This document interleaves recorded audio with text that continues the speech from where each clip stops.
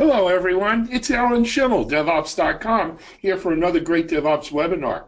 Got a nice webinar lined up today, and I first want to thank our friends at TaskTop for sponsoring today's webinar. And the title of the webinar, as hopefully you can see in the slide, is Discovering Dark Debt in Your Culture. Before we get started, though, let me just briefly go over some of our GoToWebinar tips and tricks here to make this a more enjoyable webinar. First of all, we have set aside time for questions, and they will be near the conclusion of the webinar.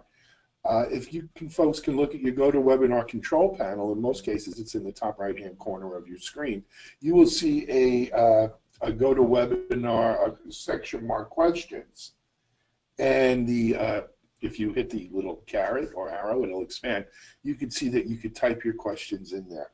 If you could type in your questions in real time, you don't have to worry about forgetting them. You don't have to worry about asking them at the appropriate time. They will be queued in there. We have a record of it. And even if for some reason our guests don't have time to answer your question, we have it on, we have a record of it, and they can do so in writing after the fact.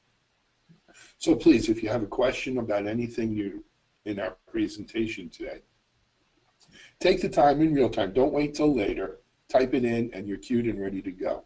There's another section of our GoToWebinar control panel, though, marked Chat. And under Chat, that's more for maybe you're having a technical issue. Maybe the slides aren't advancing. Maybe the video's hanging. Audio's a problem. If you could type into that chat window, we do have webinar engineers standing by who will do their best and try to help you so that you don't miss out. Just really quickly, questions make the webinar. So if you think of a question, there's no question that's dumb or stupid. Ask your questions, and we'll do our best to get you answers. One other quick point is we will be doing some polling today. And polling questions are another great way to make these webinars interactive. I think we have 3 or 4 polling questions. But again, they're only as good as yours. It takes about a minute. They're multiple choice. Just go in, click your answers. And it's interesting to see where the audience comes out on these great polling questions. So with that being said, let's move on to today's webinar. As I mentioned, it's sponsored by TaskTop, and we have 2 excellent guests to talk about discovering dark debt in your culture. If we could advance to the next slide, and I will introduce our guest. Our first guest is actually a friend of mine from the DevOps world now for 4 or 5 years. She is Mrs. Kanban, Kanban expert as well. She has a new book out. She's going to tell us all about it, I hope. And it's Dominika DeGrandis. Dominika, welcome, and thank you for joining us. Thank you, Alan. Pleasure to be here. Okay, and our, excuse me, our second guest is from TaskTop, and it's John Rouser. Did I mispronounce that, John? Rouser, yeah. Pretty close. Yeah. I try. John, welcome, and thanks for being here. Thanks very much. Thanks for having us. So, John, I gave the audience a little bit of Dominika's background, but why don't you tell us a little bit of your background? Well, I'm the head of IT here at TaskTop, so I'm responsible for infrastructure, operations, and security in the IT world here. I'm very passionate about how those things impact the people and the culture of our organization. Great. All right, before I hand things over to our esteemed panel, you've probably noticed that this is a video webinar today. We're lucky enough to have John and Dominika with good bandwidth, and hopefully it's working for you. I'll probably be turning my video off as we get going to enable greater bandwidth sharing all around. But we're here, and I hope this works for you. We'll be interested. We don't do a lot of these on video yet. And if anyone has comments, problems, compliments, if you could let us know either via email afterwards or in the chat, it would be great. With that being said, let's turn things over and get started. Hey, thank you so much, Alan. Yep. Yeah, we thought it'd be fun to do. Video because when you can add visual aspects to whatever you're talking about, it's pretty helpful. Mm-hmm. So yeah, thanks very much, Alan. It was a great introduction. So our goal today, what are we here to do? Well, we want to help you recognize symptoms of cultural debt and learn ways to manage it in your organization. Give you something to think about, maybe add a new dimension to your decisions when you're making them. So what is debt? It kind of has a negative connotation to it. You might be thinking about your credit card bills or your cable bills that you haven't paid yet. So yeah, it can come off as a little bit negative, but it's a fact of life. We have these things, we have our obligations, we have our duties to keep our lives in order. And it can be a good thing. It's how we build our lives in our organizations. It helps us move at a faster pace. It's a force multiplier. It allows us to achieve a higher velocity in our organizations. It'll let us hire more people, build new products. So it can be good to take on. It can help us grow and innovate. I mean, it's certainly the reason I have a house now is because I was able to get long-term financing, and same thing with my first car. I wouldn't have been able to afford that with all that cash up front. And a lot of places you can, the interest on the debt is written off as an expense. So it's certainly a bad thing. Given the talk of this title, the first thing that I want to know is, what is dark debt? So it's the debt that's hard to see. Dark debt is invisible for the most part. You don't see it until you're actually experiencing it. And so when it comes to culture, we want to be careful. It's the product of making decisions inside really complex systems. And when it does rear its maybe sometimes ugly head, it can generate complex system failures. We were talking about how we defined it. John and I were kind of struggling, like, how do we find dark debt? And I almost came to the conclusion that it's pretty hard to define. It's like you can maybe detect it if you know what to look for, but it's just hard to see. But it's there, like a cancer. It's there, and like a cancer, cultural debt's complicated, and so we want to dive into that and talk about how to manage it. But first, let's just take the debt metaphor a bit farther. Take a step back and talk about tech debt. So we're all familiar with tech debt. It's been around for 25 years. It's become a practice and a discipline for managing it. It's really a core competency of engineering management these days. And so the word was coined in the early 90s by Ward Cunningham. He needed to justify the rework, the refactoring of existing code, of finished features, in order to fix problems that they were going to stumble across later. So he used the debt metaphor to justify it to the business, and said that if we don't pay this debt down, we're going to keep stumbling over the interest payments. The interest payments are going to keep building up and eventually could bring the company down. Yeah, I like his quote. He's saying, like, the entire engineering organization could be brought to a standstill under the debt load of an unconsolidated implementation. And that got people's, people on the business side able to understand it because of the debt metaphor. It turned some heads. So, cultural debt, similarly, we can find ourselves making decisions, maybe even compromises that borrow against the culture of our company. So we never deliberately want to hurt the culture of our company, but we can find ourselves in situations where the culture is getting hurt as a side effect of our actions. If we don't pay that down, we're going to find ourselves in an equally crippling situation. Yeah, totally agree. And so why does it matter? Why do we need to think about this stuff? Why do we need to start maybe even having a practice around managing it? Well, the effects are cascading. Every decision that creates cultural debt adds to the organization's interest payments. It adds to the complexity of the organization, and it builds up.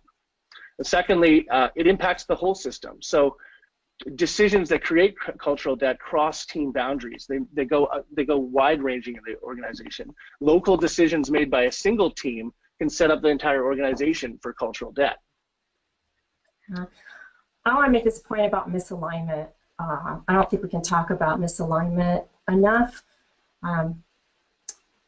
Cultural debt builds up when the misalignment festers longer and longer. When people aren't on the same page, they walk away from meetings that initially were intended to get everybody on the same page, but they walk away unconvinced of some of the decisions that were made. And because they're unconvinced, you know, they do things half-heartedly, and this passive resistance settles in, and that accumulates over time. It's a problem.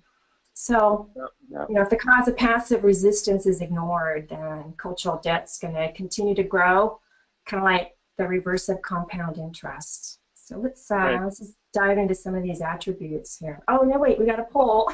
Poll time. Poll time.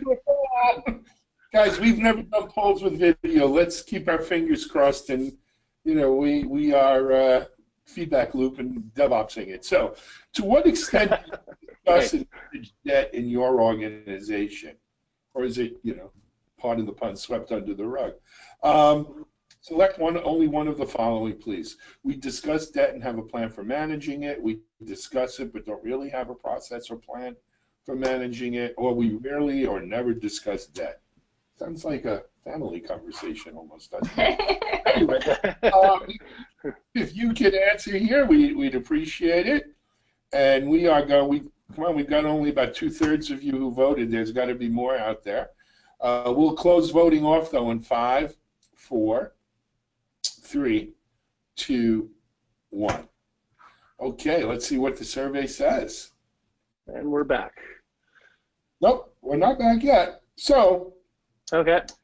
Unfortunately, this was probably what I expected. I'm not sure about you guys, but almost half of our respondents, 48%, rarely discuss it, rarely or never discuss debt. And then another 40%, so 38%, they'll discuss it occasionally, but they don't really have a process for managing it. And you know, just 14% discuss it and have a plan for managing. Hey, John, what do you think? First thing I want is can somebody take a snapshot of that screen so we can collect that data? That's awesome. Right. Yeah. It's in. We've got it. Okay. Okay. Good. You know, it's kind of sad to see those numbers, but I'm not surprised. This is the culture debt's sort of like the taboo topic. It's not the easiest thing to talk about. And we're not yet, exactly, we're not comfortable talking about it yet. It's not a thing like technical debt is. So we've maybe got to make some changes and get it out there. So, yeah. So let's talk about it. Hey guys, before we talk about it, just real quickly, I see some good questions already popping into the question queue, and thank you very much. But if you have more folks, now's the time to get them in there so we can get to them at the right time. I'm sorry, go ahead. Yeah, no, I was just saying, when we talk about art culture, we need to discuss these fundamental attributes because it drives people's perceptions and experiences in the organization. And these are the things that organizations borrow against. Each one is something that a decision that gets made can negatively impact the organization's culture. So we're going to touch on some of these briefly. Culture comes in from every part of the organization, but let's start with leadership, because leaders have to figure all this stuff out, and they have to get aligned on it themselves. If they don't have, there's no mutual agreement on their purpose, why they exist. It just sets the tone from the get-go. So leaders are busy figuring out basically all this stuff, what we do, why we do it, who's going to do what, how we're going to succeed. But I could talk about leadership all day, but I want to look specifically at priorities, because if priorities aren't really clear, the cascading effects on the culture on a daily basis is severe. Everything, what I mean in particular is everything can't be a priority one. And we hear that a lot. And when people are confused about what to do today because everything's at priority one, then we end up working on too many things and they end up competing with each other. So ignoring the challenge that leaders have with prioritization is going to result in people taking on more work than they have capacity to do. You know, it's just, I don't think the topic can be discussed enough. And speaking of communication. So communication in knowledge organizations where we're building software, we're technical organizations, communication is, it's our lifeblood. We need it, we crave it, can't get enough of it, really. And you know, here's the thing about information. It's useless if it's not shared. If it's not collective knowledge, then it's not good enough. So we need to get people in our organizations knowing that it's safe to communicate. And this is about building trust. It's about allowing people to be vulnerable and take on risks. It's giving them the ability to engage in healthy conflicts. I'm borrowing that from the book, 5 Dysfunctions of a Team. Mm-hmm. So, you know, those kind of attitudes and values can foster openness and the ability to discuss issues as they come up. You can imagine situations where teams are cut off from each other. They're disconnected from each other. They're working in silos. They're not sharing information. There's no collective knowledge. There's only localized knowledge and locally optimized decisions. That's what we want to avoid. We want to connect the organization, allow everybody to have the freedom to communicate and feel comfortable doing so. Yeah, safety. Safety is such a huge issue, and I think it's why we see this whole blameless postmortem gaining momentum and steam at organizations. The example I think of is when you go to the all-hands meeting and executive leadership is up there telling everyone about the strategy, but it's a one-way conversation. You know, rarely do people feel comfortable in a room of 100 or more people to ask that question. So, you know, when, you know, they're speaking and they say, okay, anybody got any questions? And it's silent. That's, you know, I think that's a signal like there's maybe some misalignment people don't understand. And that's why a lot of orgs are trying to deal with that by making their work visible. That's right. So what happens if we don't come to terms with cultural debt with respect to visibility? Well, the point is it's hard to manage invisible work. Invisible work gets forgotten about. It doesn't show up in the metrics, and managers can't help people if they're blindsided by it. So if we ignore the fact that there's invisible work, then there's no evidence of what consumed the team's time. You know, with no data, there's no good way to forecast what's needed, and people continue to get overloaded to 100% capacity utilization. Talk about culture hit. You know, we don't let our servers get to 100% capacity utilization, but yet we tend to let our people. And it has a major impact on job satisfaction. Mm-hmm. Speaking of job satisfaction, so here we're talking about happiness and the ability to retain your employees, get good Glassdoor scores. Just kidding. So the classic example of cultural debt here is asking people to rush a product out the door early. You're actually asking them to compromise on their values. So you're creating the tech debt. You know, we understand that, but you're also creating this cultural debt where people know they're not doing their best job. You're asking them not to do their best job, and it's also reflecting on their reputation in the organization. Maybe the sales team or the pre-sales team doesn't have the features they need, or the features aren't working. It reflects really badly on the people who built them, even though they were asked to do so. They were asked to build them like that. So there can be a persistent negative impact on their reputation. People don't feel like their contributions have the right value, and they don't feel enabled to obtain that value. Good point. I always hear that people leave their job because of their manager or some disconnect with their manager, but it seems to, I don't know, the whole cultural aspect of people being unhappy with their work is, I mean, I left a job because of that. It was a fear-driven organization, and even though my boss was okay, you know, their boss had a lot of you know, fear-driven management that I wasn't really happy about, and I ended up leaving. And so burnout and attrition, big problem with lack of job satisfaction.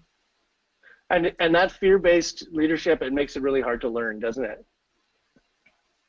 Yep. So if there's no tolerance for learning or experimentation or failure, all the things we hear that good cultures want to replicate, there's no opportunity to learn, and we just slide into mediocrity. Yeah, it needs to be, people need to be enabled to take risks. That's how we learn. Not obsessing about metrics or efficiencies, giving people the ability to experiment, test, and maybe testing that's not tied to success or failure. It's tied to learning outcomes. Yeah, and we say that all the time. It's not easy though. We just want to recognize that that's not easy. And so we're going to ask for your input here with another poll. Another poll. Here we go. Here we go on the poll, guys. Are we ready? So which of these ingredients of culture influences your decisions? And again, I think it's just select one of the following: leadership, philosophy and values, communication, visibility of information flow, job satisfaction, learning climate. And again, only a few of you have voted. Come on, folks. Get involved. Get them in there. There we go. And we'll close this off in 5, 4, 3, 2, 1. Voting closed. Survey settled. All right, so we got a little more diversity here. Oh, look at that. Visibility of information flow. Nice. 1/3 of respondents cited that. Visibility is so key, so important. What about learning climate being so low, though, guys? What do you think about that? I don't know. My first thought is that people on the call have leadership that understands the need for a good learning climate, that they're in training, they have time to take classes and do cross-training. You know, maybe the other thing, you know, maybe the learning climate isn't great, but the other items are much more of an issue. Yep. Right. I mean, I will just quickly and then turn it back to you guys. Surprise leadership and then communication were not 1 and 2. I would have picked that because I think a lot of times with culture and that type of thing, leadership is so important. And it was 27%, but anyway. Yeah. Interesting. That's interesting. All right. So this next section is going to be about what we call cultural debt catalysts. And these are the things that deserve some consideration from you because, you know, they can easily increase your debt if we don't pay attention to these. When you get wind of these upcoming things, pay attention, right? Because here's where you might be contributing or adding on to cultural debt. And so first step is back to priorities.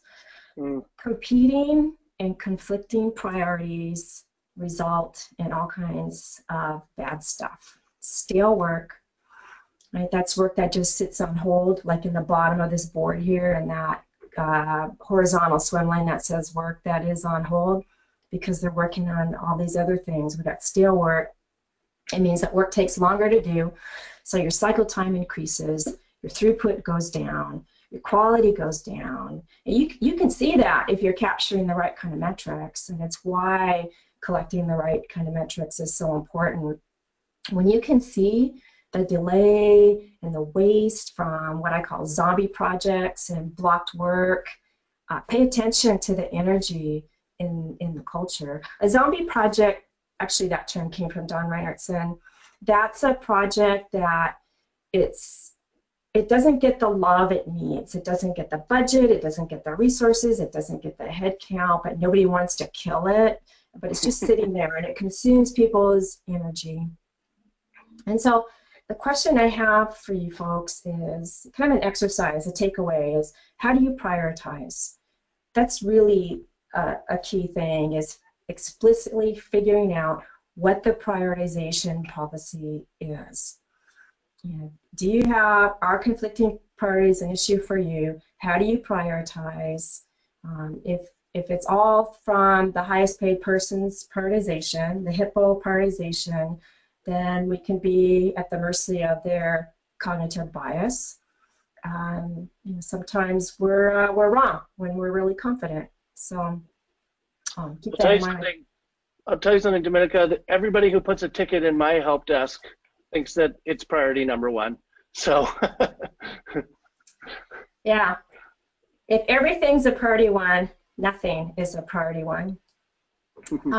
But you know, culture is mutable, and with new leadership or a different perspective on leadership, an environment with one kind of culture can change into another. Sometimes that's a massive, big change. This is our J-curve change here. Massive, big changes. You know, if you're doing an agile transformation, especially if it's like difficult to execute, can bring about resistance, and that's what this picture is trying to show here. The y-axis is your level of performance. The x-axis is time. And introducing a great big change that is usually met with resistance, and so performance tanks. Why? Because you have to train people, you have to use new tools, maybe have to hire new people, maybe you have to sunset some tools.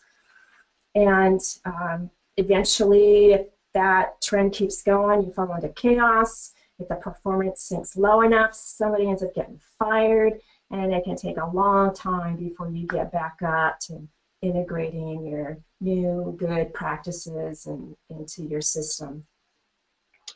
Yeah, you know, you mentioned tools there. Yeah. We see that a lot here, where people here at TaskTop, where people are, our customers are perhaps bringing on new tools to accommodate specific needs for a team. Maybe it's sales and they're bringing on Salesforce, or IT team is bringing on ServiceNow, engineering is using Jira, and you know, this best of breed approach, giving the teams the tools they need to perform their complex jobs, complex tasks. It actually creates divisions in the organization. It cuts people off from information, cuts people off from processes. It reduces visibility in the work that's being performed. Just paying down the interest on the debt of bringing in those new tools, the cultural debt, is, you know, it means emails, it means meetings, it maybe means new communication tools like Slack, regular cadence meetings, and that's just to get the visibility and the coordination that you've lost. Yeah, but I know we're not saying here don't bring on new tools. We know that change is needed. Yeah, it's just, absolutely. We just want to make you aware of it, that big change can bring on resistance and fear and make people uncomfortable, and it impacts culture. Just a side comment about change, though, this quote from Professor Brian Cox about why change is inevitable, and that's because second law of thermodynamics, everything is always moving from order to disorder. And if we're not actively changing, then it's not that things are staying the same. We're actually falling behind.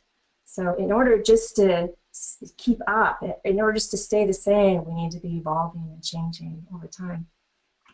Yeah, and going back to that tooling example, you know, you think about the DevOps space and the tools in the DevOps space, it's growing exponentially every day, and because we need those tools, they do things that they do specialized work that we have to have. We need to adopt those tools. It's the right decision to do so.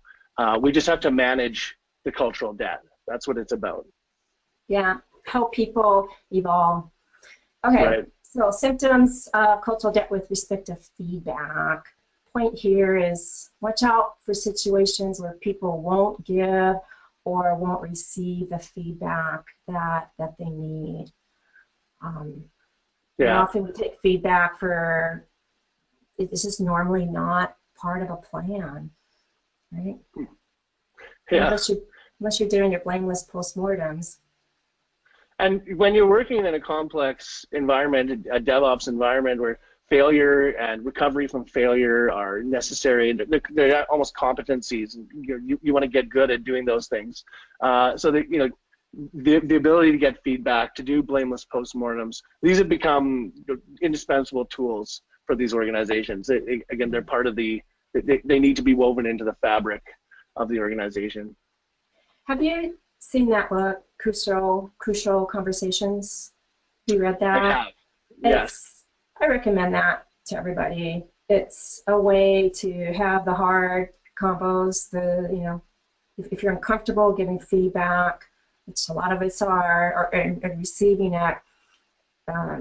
Crucial Conversations book is a really good method for how to have those conversations in a safe manner, how to be mindful, to be respectful.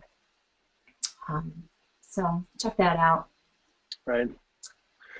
So another situation that comes up all the time is multi-speed teams, two-speed IT teams, sometimes called bimodal IT, where you've got an organization that has fast-moving teams that are accelerating ahead, and the slower legacy teams that are working towards stability and uptime and things like that. So, what tends to happen when you've got bimodal IT teams is the teams grow apart.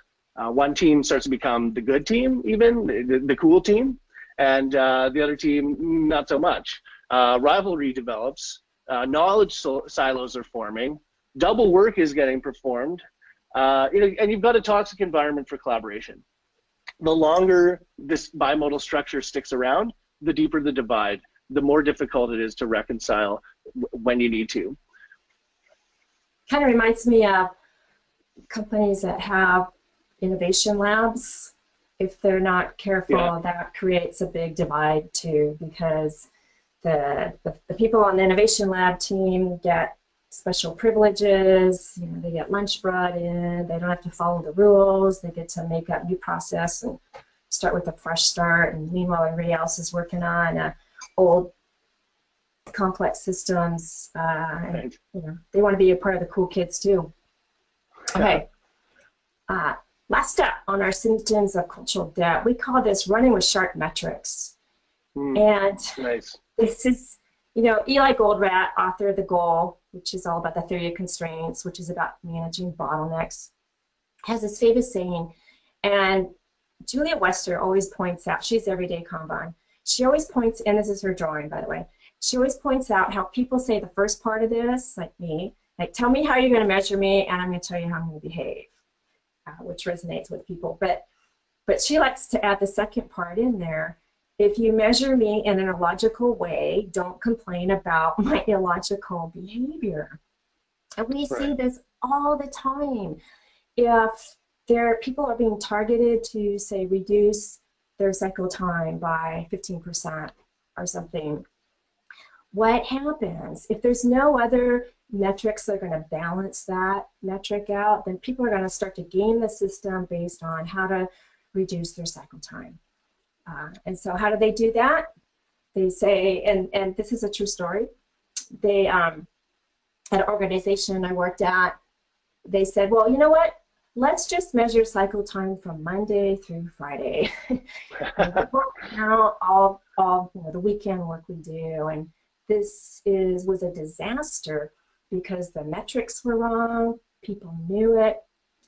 All metrics are based on assumptions, and all you have to do to challenge the metric is question the assumption.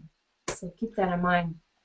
And those metrics, I'd just like to add that those metrics are stifling for a learning environment, and because learning is about challenging assumptions, and learning is about discovering the true answers. So metrics, they can definitely hurt that learning climate that we talked about earlier.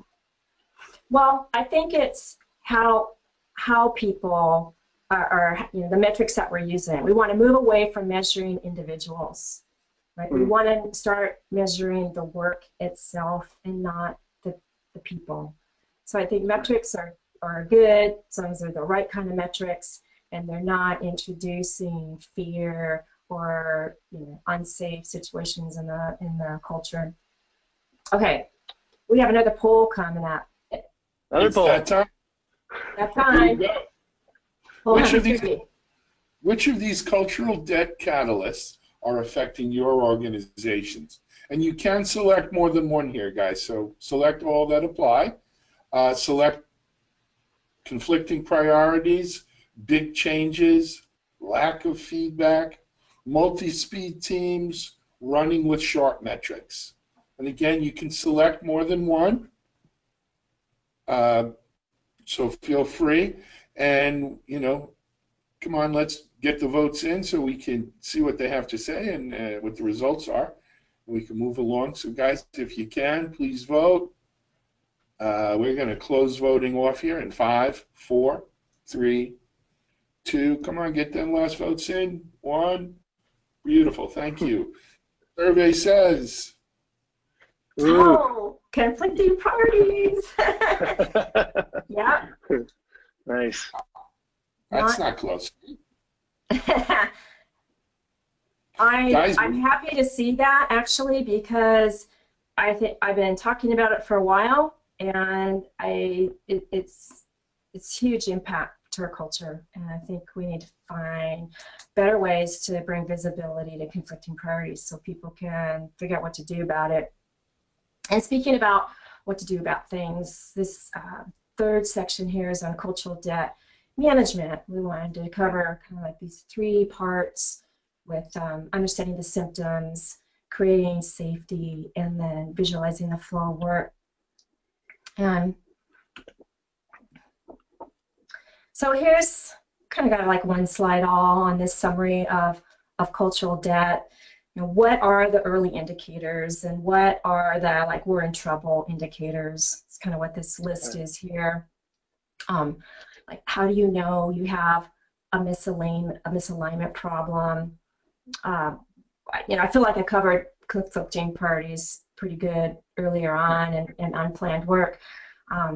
But when we start to see finger pointing, that's a signal for us to come together and start using some of the lessons that people have learned on how to carry out blameless postmortems, how to make these conversations safe, how to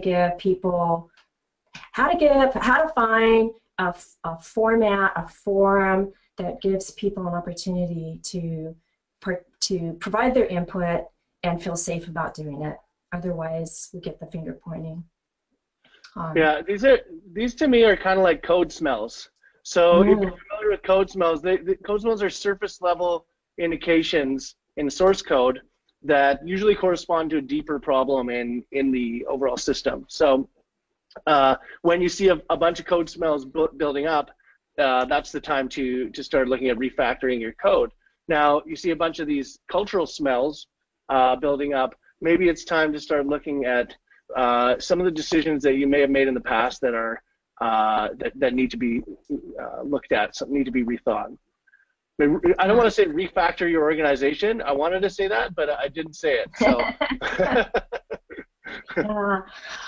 When you hear things like that won't work here, these, you know, but we've always done it this way. These change aversion comments is a cue for you to understand the need to start talking more about change and talk about if we're not changing, we're falling behind. Like we have to change, but we invite you to, we want to hear your feedback, we invite your input so that people feel that they're at least listened to, right? Right. Makes them a bit, you know, even if their suggestion wasn't implemented, at least they know that they were heard and it was considered. Right. So when it comes to psychological safety, here's a model for you to study. It's the Western model, originated in 2004, and it was originally used in high variability industries such as the medical field. And it's been around for a few years in the DevOps community. Came out in the, if you want to find out more about it, other than the links below there, you can go check out the 2015 State of DevOps report. And it's categorizing organizational culture into 3 buckets there. And the first is the pathological culture. This is the traditional command and control organization. It's run by fear, and you've got little communication, the messenger gets shot, and that failure leads to scapegoating. In a pathological culture, when an issue comes up and people are trying to pinpoint the source of that issue, they tend to fall into hunting for a scapegoat, and that inflicts pain on others. And so we're trying to move from the left to the right here, and as you move into a bureaucratic culture, this is more, heavy process. We're run by pretty hard and strict rules.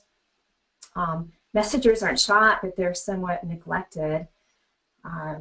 There's a need for justification, and the novelty leads to problems. So that means there's a low tolerance for experimentation. We're in the generative culture model. This is where we see high performing teams, what their culture looks like. People are excited, there's energy, they're cooperative, you've got nice skilled T-shaped based skill set in people. And so you can use this model to compare and contrast the situation in your organization. You could set up some NPS surveys from your employees and get anonymous feedback on where they think they are. And then go check out this model, just some reading on it, to see how organizations are evolving from power-oriented organizations to performance-oriented organizations. It's interesting because you mentioned that this organizational culture reflects on the safety, the physical safety of these organizations that this was tested in. And for us, for knowledge organizations, we've mentioned this earlier, safety is about the safety to communicate. And that communication is what drives innovation and it drives work in our organization. So to have a generative culture where it's safe to communicate is critical for us. It's critical for technical organizations. Yeah, well, organizational culture bears a predictive relationship with safety. And so particular kinds of organizational culture can improve safety. And this is all about safety. How do we make it safer for our folks to perform higher? Now with that, and let's not, Paul, like what topology does your organization fall into? Super interested in seeing the answers to this one. Just pick one. And while we're doing this poll, Dominica, I'm going to put you on the spot. Have you ever worked in a pathological organization? Yes. Yes, I have. I worked in an organization where it wasn't safe to email, it wasn't safe to collaborate with people outside of the department. And we were told that if we were going to email, if we wanted to email somebody outside of our department, it had to go through the director.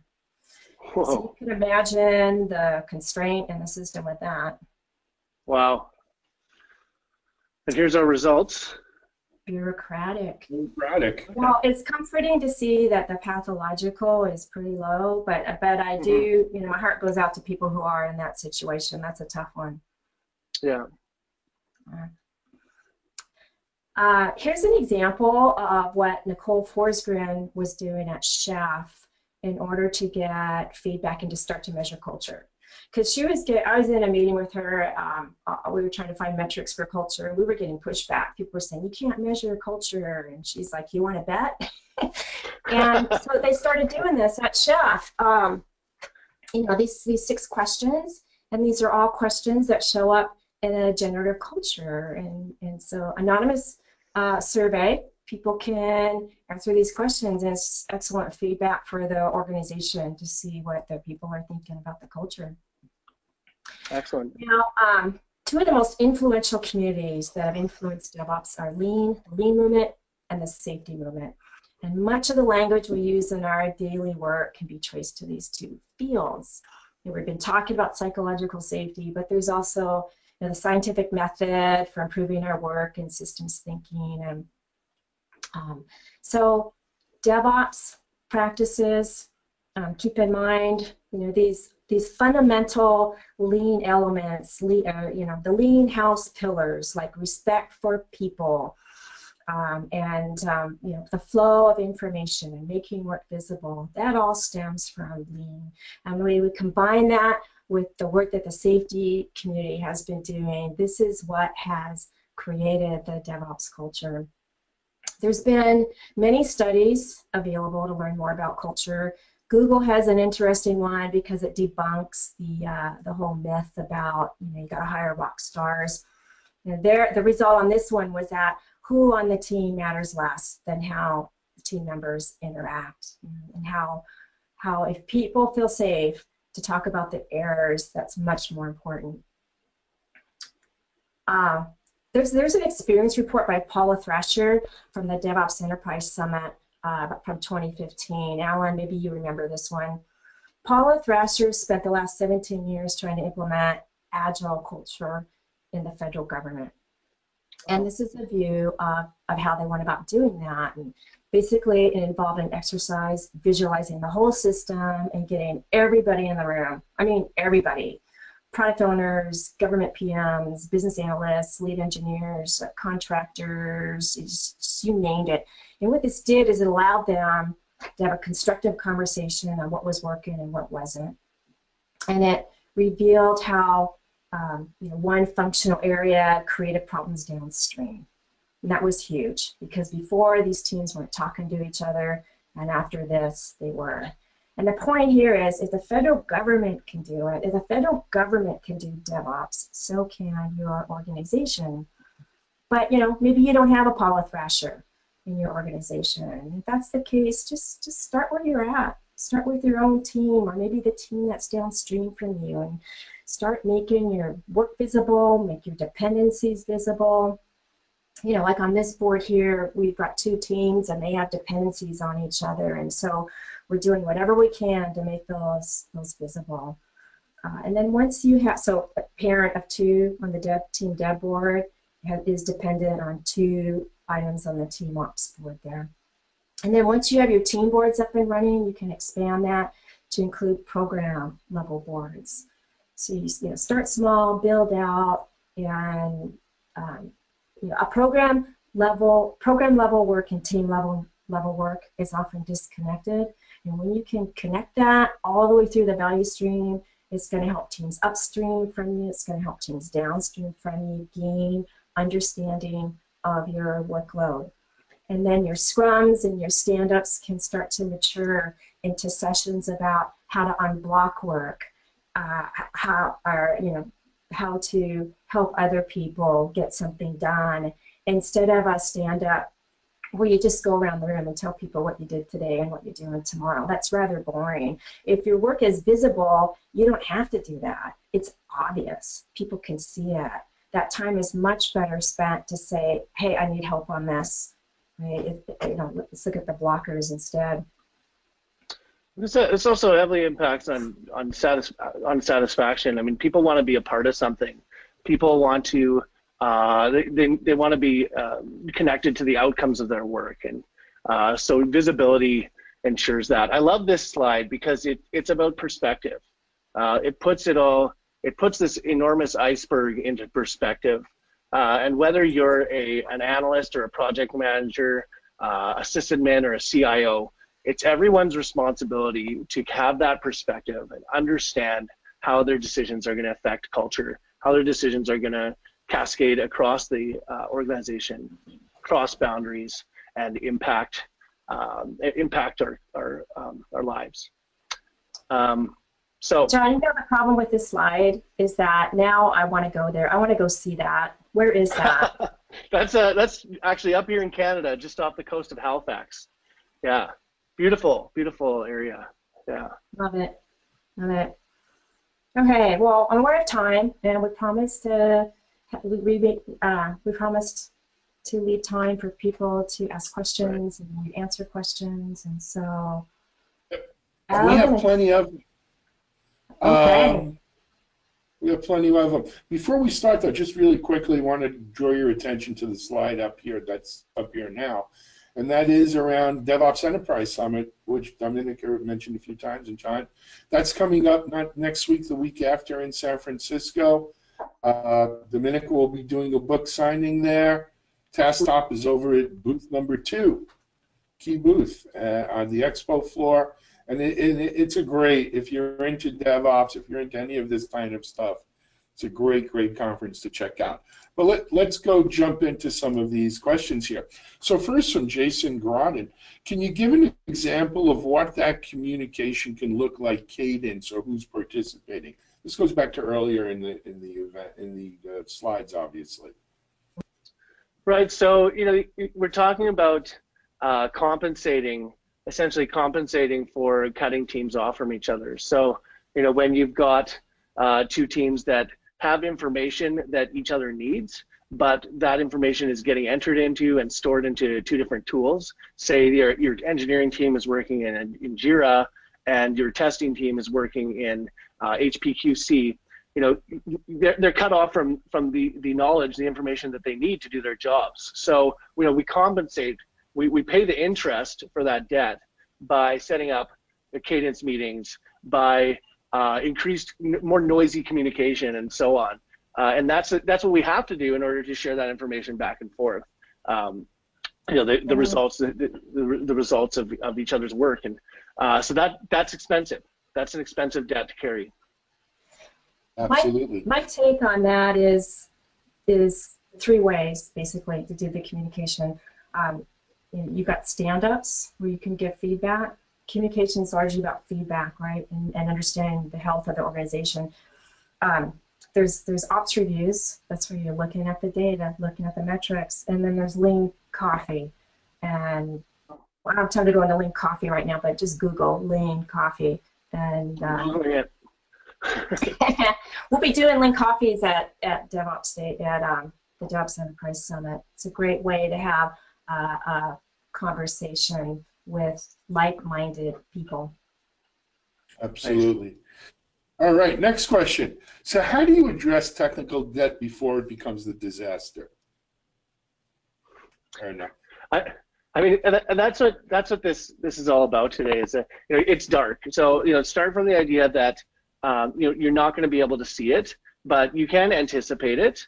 You can think about it. You can think about those cultural catalysts that we talked about, and those are situations when you're likely going to be creating cultural debt. So really pay close attention to what you're doing there. I don't know. What do you think, Dominica?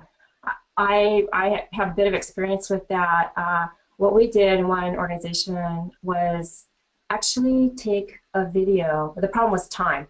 Things were taking a long time because of the architecture hadn't been refactored in a while. It was taking a long time to fix bugs. It was taking a long time to get features out, and the latency was a really large customer was slow. And so what the architects did to try and get buy-in from leadership is they took a video of how long it took in scenario A, and then they quickly put together a prototype to show how much faster it would take in scenario B. And they sat all the execs down and they showed them that video. I talked about this at Lean Agile Scotland in 2016. If you want to look at that video, there's the whole story on this. But the visibility, that it was like, I forget exactly, 23 seconds on the fast side and over a minute on the slow side. And watching those seconds count down, what it took. That was the final straw that said, we need to refactor.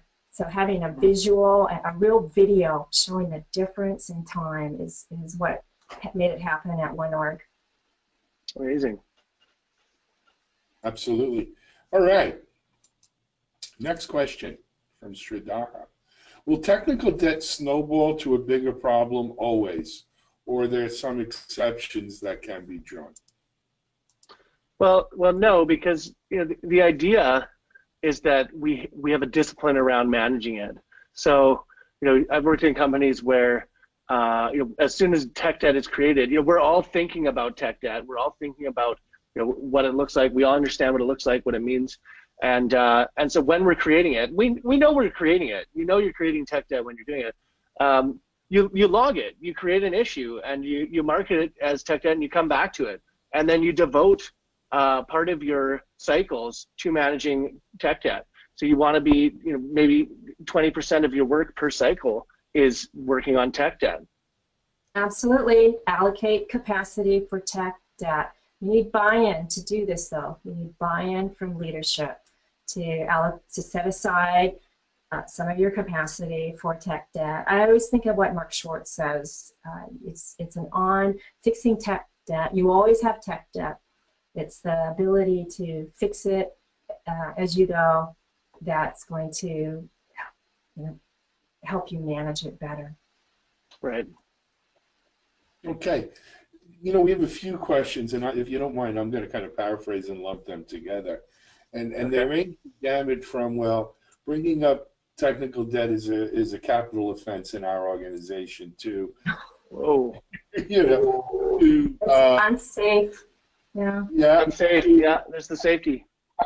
How do you even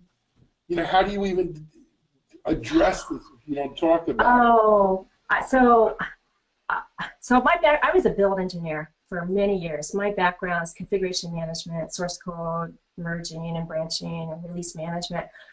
And our builds used to take a really long time to do, and people would say, the build takes too long. And I would get defensive because I took it personally.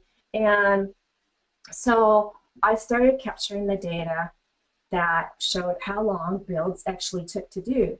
And the builds were actually pretty quick, like a few minutes. There weren't any compile errors. What took so long was all the troubleshooting due to architectural issues. And so I started capturing the lead time on that, and I presented that at ops reviews, and that was the elephant in the room, was the big, hairy, big ball of mud architecture. And I found that instead of rant, because I used to rant, and ranting didn't work, when I found that I could present this data calmly and clearly, and everybody's looking at the data, then that's when I finally started to get some support and some acknowledgement that we do have an architectural problem here. It's not, I'm not saying it's easy, but I'm just saying if you can show the data, it helps give you some credibility when you're trying, and if you can do it in a respectful manner and not rant like I used to do, it will help you. Sometimes it's hard to rant. And sometimes you have a right to rant. So I hear you. Another quick question. Can daily scrums be considered as good form for discussion of death? That'll blow out your 10 minutes quick, but go ahead. Yeah.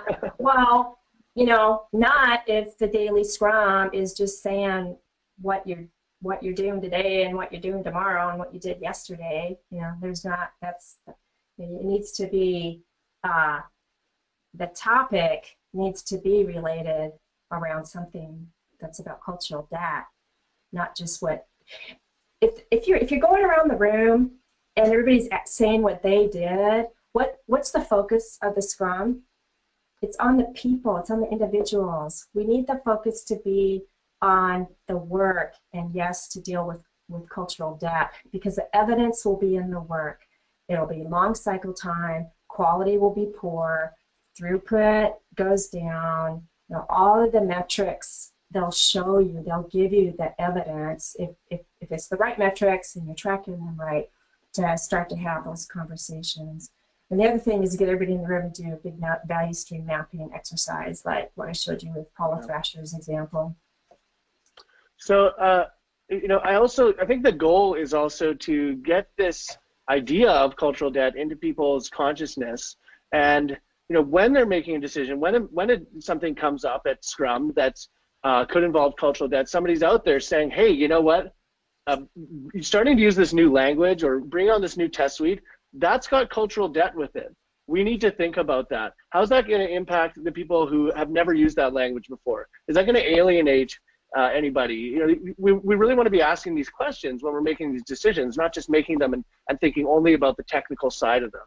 So I think that's part of the goal too, is making it safe to bring that up, to bring that fact up. Oh, this could hurt our culture in some way, not just this team, but it could hurt the organizational culture in some way.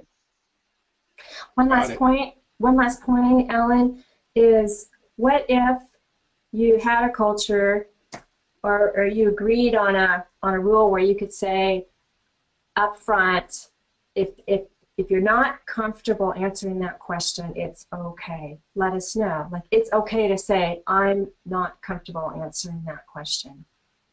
And that goes beyond cultural debt. It's always okay to say, I'm not comfortable, I think. But that being said, guys, we're at the top of the hour. We're going to need to call it a wrap on this webinar. We thank everyone for coming. Dominica, can't wait to see you at DOES and talk more, and good luck with the new book. John, great job, great work at Desktop. We'll be looking forward to visiting your booth at DevOps Enterprise Summit as well, and hopefully we'll have you on another DevOps webinar soon. All right? Fantastic. Hey, everyone, have a great day. Thanks for joining us. Hope to see you on another webinar. Bye-bye. This is Alan Schimmel for DevOps.com. Have a great day.